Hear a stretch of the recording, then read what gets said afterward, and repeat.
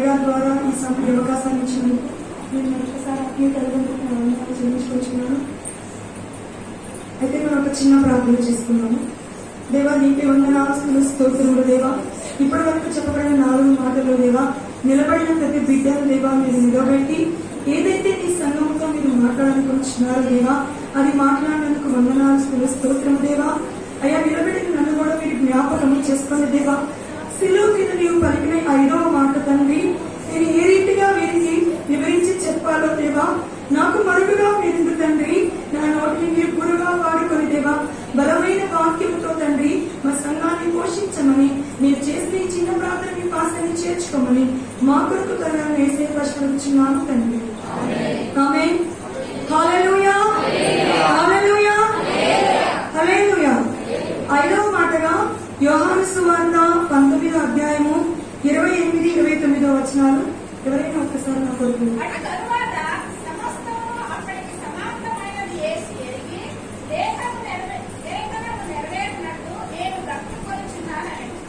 ఆమేన్. హల్లెలూయా, హల్లెలూయా. ఇక్కడ యేసయ్య శిలువలో పలికిన మాట నేను దప్పిగొనుచున్నాను అంటే, ప్రతిసారి మనము 5వ మాట కంటే దప్పిగొనుచున్నాను అనే మాట మాత్రం మనం తీసుకుంటాం. కానీ దీనికన్నా ముందు ఈయన ఒక మనుష్య కుమారుడిగా జన్మించినది, ఆయన పట్ల రాయబడిన ప్రతి మాట నెరవేర్పు కొరకు. అంటే ఇంత శ్రమలో, ఇంత వేదనలో, ఇంత బాధలో ఉన్నప్పుడు కూడా ఆయన వచ్చిన కార్యము మరిచిన దేవుడు కాదు. ప్రతి మాట నెరవేర్పు తర్వాత మాత్రమే ఇహలోకంలో ఆయన వచ్చిన సమస్యకు గాని, ఆయన వచ్చిన పనికి గాని ఒక అంతము. కాబట్టి లేఖనములు నెరవేర్పు కొరకు ఆయన వచ్చినది ఎరిగి ఉన్నాడు కాబట్టి నేను దప్పిగున్నానని చెప్పుచున్నాడు కదా. అయితే ఇక్కడ లేఖనములు అంటే ప్రతి ఒక్కరి విషయంలో ఒక్కొక్క దేవుని చిత్తము, ఒక నెరవేర్పు, ఒక మాట ఉంటుంది. అంటే ఈ మధ్య మనకి వాక్య పరిచయం జరిగింది, 3 రోజుల ఉపవాస ప్రార్థన జరిగింది. ప్రతి ఒక్కరితో సాంకుటి పాస్టర్ గారు మాట్లాడారు. కానీ దీవెన ఉంది అని చెప్పారు, ఆ దీవెనకు నువ్వేమి చెయ్యాలో కూడా చెప్పారు. అంటే లేఖనము ద్వారా ఒక ప్రవచనం నీకు చెప్పబడింది. ఆ ప్రవచనము నీలో నెరవేరినప్పుడు మాత్రమే దేవుడు నీకు ఇచ్చే ఆశీర్వాదం ఇస్తారు. ఇక్కడ అదే జరుగుతుంది. అంటే ఇప్పుడు ఆయన వచ్చిన ఆయన పట్ల రాసిన ప్రతి లేఖనము నెరవేరినప్పుడు మాత్రమే ఆయన మన కోసం ఏదైతే ఒక రక్షణ ఏర్పాటు చేశారో దానికి రీచ్ అవ్వగలరు. కాబట్టి ఆయన లేఖనం నెరవేర్పు కొరకు నేను దప్పిగొనుచున్నానని చెప్పారు.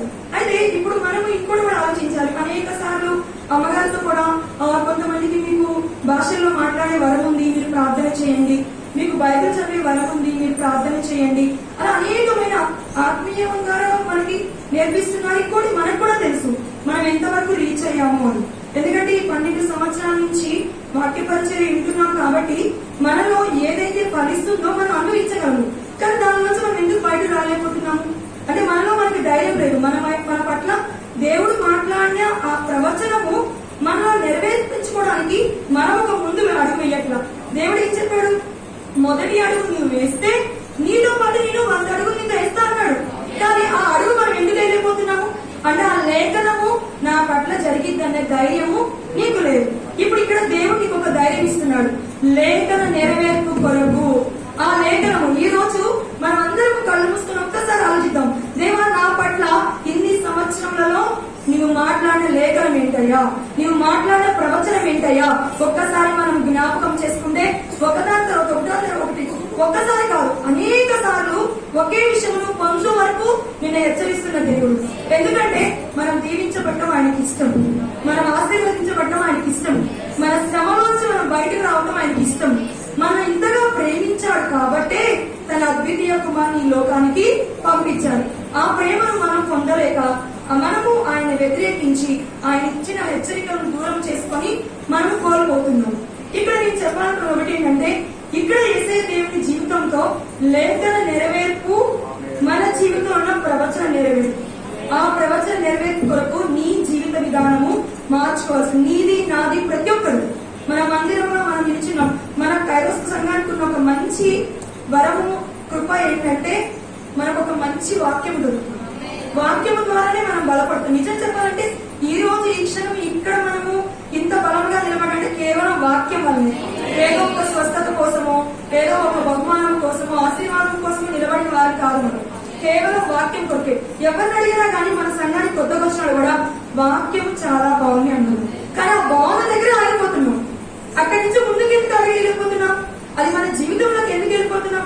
చేసినప్పుడు మాత్రమే కదా అది నీ జీవితంలో ఒక ఆశీర్వాదంగా మారుతుంది. ఈ రోజు యేసయ్య దేవుడు చెప్తున్నాడు, లేఖన నెరవేర్పు కొరకు నేను మాట చేసి నెరవేర్చాను కదా, మీరు కూడా మీ జీవితంలో చేసిన ఒక ప్రవచనము, ఒక వాక్యము నేను ఏదైతే మీకు బయలుపరిచానో నెరవేర్పు కొరకు ప్రయాసపడండి. అయితే రెండవదిగా దప్పికొంచున్నారన్నారు. యేసయ్య దేవుడు ఎప్పుడన్నా దప్పికొంచున్నారని? తండ్రి అయిన దేవుడు చేయి విడిచినప్పుడు నేను దప్పికొంచున్నాను. అంటే మనకి శ్రమ, బాధ, వేదన ఎప్పుడు వస్తుంది? మనని దేవుడు మరిచినప్పుడు. దేవుడు మనల్ని ఎందుకు మరుస్తున్నారు? మనం అతిక్రమించినప్పుడు, దేవుని నుంచి దూరం అయినప్పుడు, దేవుని ద్వేషించినప్పుడు. మనం ఒక విషయంలో ప్రార్థించి ఒక 2-3 సార్లు ప్రార్థన చేయగానే అలసిపోతాం. ఎట్లా అలసిపోతాం? దేవాన్ని నాకు ఎందుకు వింటున్నాం?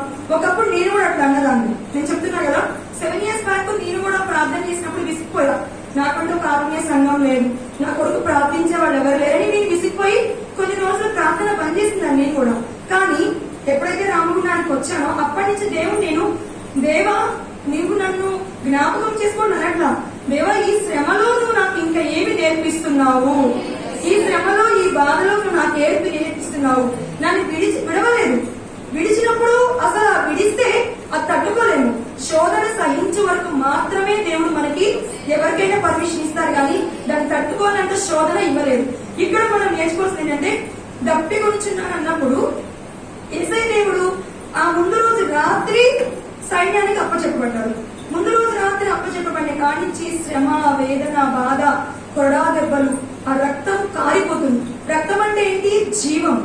జీవం సక్కిపోయింది. తర్వాత ఉదయం 7 గంటలకి పిలాతుకు అప్పచెప్పబడ్డారు. అప్పచెప్పిన తర్వాత శిలువ మరణము ఆయనకి అయింది. 7 నుంచి 8 కానించి ఆ గొల్గొతా కొండకి ఆ శిలువ మ్రాణులు మోసుకొని ఎక్కుచున్నారు. శారీరకముగా బలహీన స్థితిలో ఉన్నారు. తండ్రి విడిచిన పరిస్థితిలో ఉన్నారు. అట్లాంటి స్థితిలో కూడా ఆయన సహించుకుంటూ భరించుకుంటూ ఉన్నారు. కానీ ఎవరినైనా దూషించారా? ఎవరినైనా అన్నారా నేను ఎందుకు ఈ పాపిష్టి మనుషుల కోసం ఈ లోకంకి వచ్చానని అన్నారా? అనలేదు. భరించారు, సహించారు. ఒక్క మాట కూడా మాట్లాడకుండా మౌనముగా శిలువ మ్రాను ఎక్కుటకు సిద్ధపడ్డారు. 12 గంటల నుంచి 3 గంటల వరకు శిలువ మ్రాన్లో వేలాడిన తర్వాత ఆ రక్తం అంతా అయిపోయి నీరు వచ్చే సమయంలో ఇట్లా నేను దప్పికి ఉంచున్నానని లేఖన నెరవేర్పు కొరకు ఒక మనిషి కుమారుడిగా అన్నారు. కానీ ఇక్కడ మనిషి కుమారుడిగా ఆయన అన్న మాట మన జీవితంలో మనం కూడా ఒక్కసారి పోల్చించుకుంటే, మనుషులుగా మనము ఇహలోకంలో దాహమైంది, మా పిల్లలు పెళ్లిళ్ళు అవ్వాలి, మా బాబుకు మంచి ఉద్యోగం కావాలి, నేనైతే ఏమనుకున్నానంటే ఆ వేరు కూడా మంచి ఆరోగ్యంగా ఉండాలి అనుకుంటున్నాను. కానీ అంతకన్నా అధికమైనది ఏంటో తెలుసా? ఆత్మల రక్షింపు. ఆత్మల రక్షింపు మన కొరకు, మన చుట్టుపక్కల ఉన్న వాళ్ళు ఎవరైతే నశించిపోవచ్చున్నారో వారి కొరకున్న రక్షణ కోసం ప్రార్థన. నేను ఎప్పుడైతే వేగం కొరకు ప్రతిసారి ప్రార్థన చేస్తూ ఉన్నప్పుడు నాకు దేవుడు ఒక ప్రేరేపణ ఇచ్చాడు. నీ కుటుంబము, నీ భర్త, నీ పిల్లల కొరకు నువ్వు ప్రార్థిస్తున్నావు, అప్పుడు నీ ప్రార్థన నేను ఎట్లా వింటాను అని. ఇతరుల కొరకు నువ్వు ప్రార్థించడం మొదలు పెట్టమని ఉపవాస ప్రార్థనలో మనం విన్నాను. అప్పటి నుంచి నేను నాతో పాటు నాకు తెలిసిన వాళ్ళు ఎవరైతే కష్టంలో, వేదనలో, బాధలో, వాళ్ళు క్రైస్తవులు కాకపోయినా సరే నేను వారి కొరకు ప్రార్థించినప్పుడు ప్రతి ఒక్కరు నాకు కొన్ని ప్రార్థన అంశాలు, మేడం ఇట్లా ఉంది, ఇలా ఉంది అని చెప్పినప్పుడు నేను ప్రార్థించడం మొదలు పెట్టా. అప్పుడు నా జీవితంలో మెల్లగా ఒక మార్పు, ఒక మెల్లని ఒక వాతావరణం, ఒక ప్రశాంతమైన వాతావరణం దేవుడు మెల్లగా ఇస్తున్నాడు. అప్పుడు నాకు ఒక ధైర్యం వచ్చింది. దేవా నీవు నా పట్ల కార్యం చేయగలవు. ఈ శ్రమలోను, బాధలోను, వేదనలోను దేవుడు మనకు తోడై ఉంటే అది ఇంత ఒక ఏమంటారు, మన పక్షి రెక్క గాలికి ఎట్లా ఎగిరిపోతుంది, అంత సులువుగా శ్రమ ఎగిరిపోతుంది. అయితే ఇక్కడ మనం మనిషి కుమారుడుగా ఆయన దప్పికొంచున్న విషయంలో మన దాహం ఎట్లా ఉందో మనం చూసుకున్నాం. మన దాహం ఏంటంటే మనము కేవలం ఒక ఆచార వ్యవహారం ఉన్నట్టుగా మందిరానికి రావటము, మనం ప్రార్థించడం, వెళ్ళిపోవడం, ఇదే జరుగుతుంది. ఇక్కడ ఉన్న విషయంలో కూడా ఒక్కొక్కసారి కొంతమంది తత్వశాస్త్రులు ఏమంటారంటే అంత శ్రమ పడ్డారు కాబట్టి దాహం అన్నాడు, అది లేఖనానికి ముడి పెట్టారు. కానీ ఈ మాట ఇంకెప్పుడైనా ఎవరైనా పలికారా? పలకలేదు. మనకి ఇప్పుడు కీర్తనలు 69వ అధ్యాయము 21వ వచనంలో ఆ మాట ఉంది. అదే మాటని యేసయ్య ఇక్కడ లేఖన నెరవేర్పు కొరకు అన్నారు. కానీ ఆయన ఇంత శ్రమలో ఇంత బాధలో ఉన్నప్పుడు కూడా ఆ మాట పలికినప్పుడు ఇక్కడ ఒక విషయాన్ని మనము జ్ఞాపకం చేసుకుందాము. 69వ అధ్యాయము 21వ వచనం.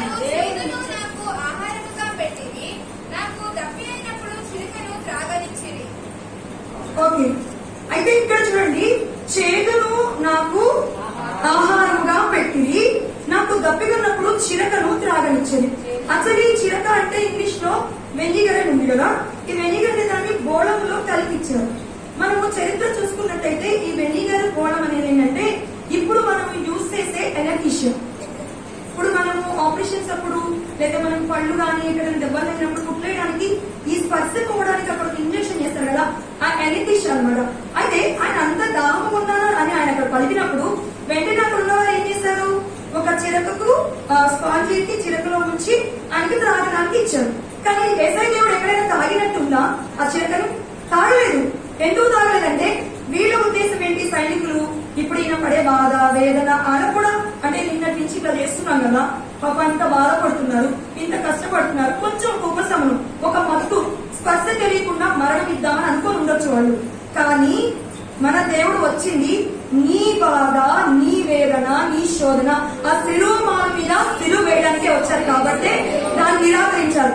ఈ మత్తు నాకు వద్దు, ఈ ఎనర్జీ నాకు వద్దు. ఎందుకంటే ఇప్పుడు మన బాడీలో ఒక చోట ఒక చుక్క డ్రాప్ పడితేనే ఆ చుట్టుపక్కల ఒక 10 సెంటీమీటర్స్ వరకు అది పనిచేయదు, అంటే తెలియదు, మనకి కట్ చేసినా కానీ తెలియదు.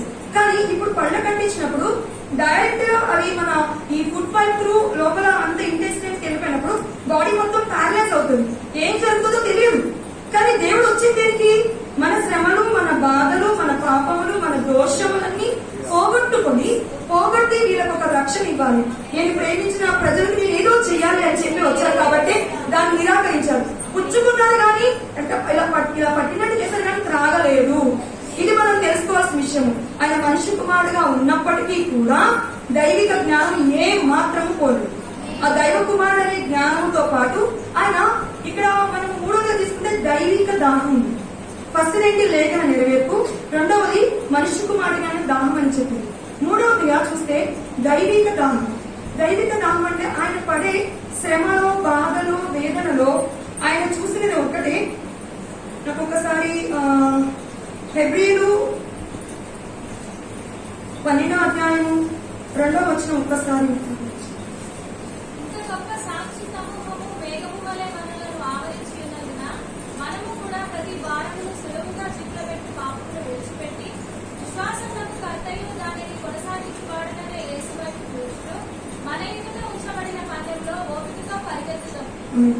నెక్స్ట్ ఆయన తన ఎదుట ఉంచబడిన ఆనందము కొరకై అవమానమును నిర్లక్ష్యపెట్టి సిలువను సంధించి దేవుని సింహాసనము యొక్క కుడి పార్శ్వమున ఆసీనుడై ఉన్నాడు. ఆమేన్. ఇక్కడ చూడండి, ఆయన తన యందు ఉంచబడిన ఆనందము కొరకై అవమానమును నిర్లక్ష్యపెట్టి, అంటే ఆయన సిలువలో ఉన్నప్పుడు ఆయన కొట్టి తిట్టి ఆయనకి చిరపించినప్పుడు కూడా ఆయన ఒకవేళ తాగినప్పుడు వాళ్ళు అంటారు కదా, చూసావా మేము నీ మీద జాలి పడుతుంటే నువ్వు దాన్ని నిరాకరిస్తున్నావు, నీ చావు నువ్వు చావు అని ఉంటారు. మామూలుగా మానవ స్వభావం ఏంటంటే మనం ఒకరి మీద జాలి పడ్డప్పుడు వాళ్ళు ఏమంటారు, వెంటనే వీడి ఇన్నడు ఇంతే, నీ సాగు నీ సాగు అంటారు.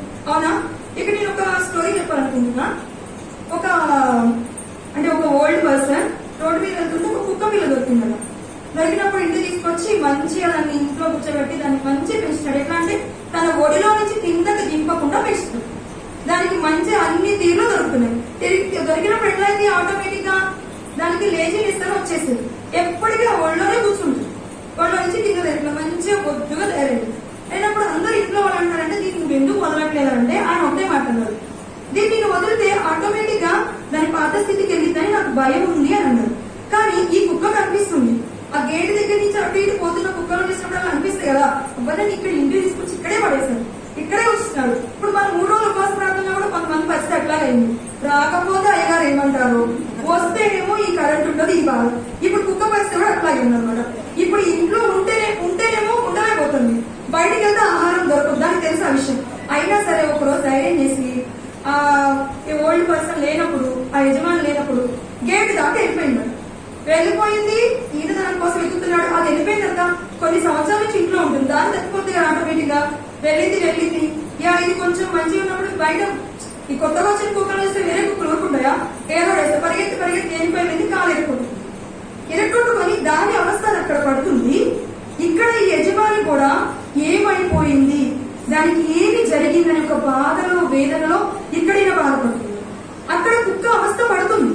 కానీ ఇప్పుడు ఎందుకు వెతికినట్టు మాత్రం దొరకదు కదా, దానికి కూడా ఒక ఆలోచన ఉండాలి, నేను ఇంటికి తిరిగి వెళ్ళాలని. అవునా? ఇంటికి తిరిగి వెళ్ళాలంటే నాకు ఆలోచన ఎప్పుడు వచ్చిన మాత్రమే అది ఇంటికి వస్తుంది. అది లేకపోతే ఒకవేళ యజమాని అక్కడ ఉన్నా కానీ పక్కనే తక్కువే నేను ఇంటికి రానుకొని ఉంటుంది. అవునా? కానీ ఇక్కడ సిచ్యువేషన్ ఏంటో అంటే ఆ యజమాని ఎదుగుతున్నాడు.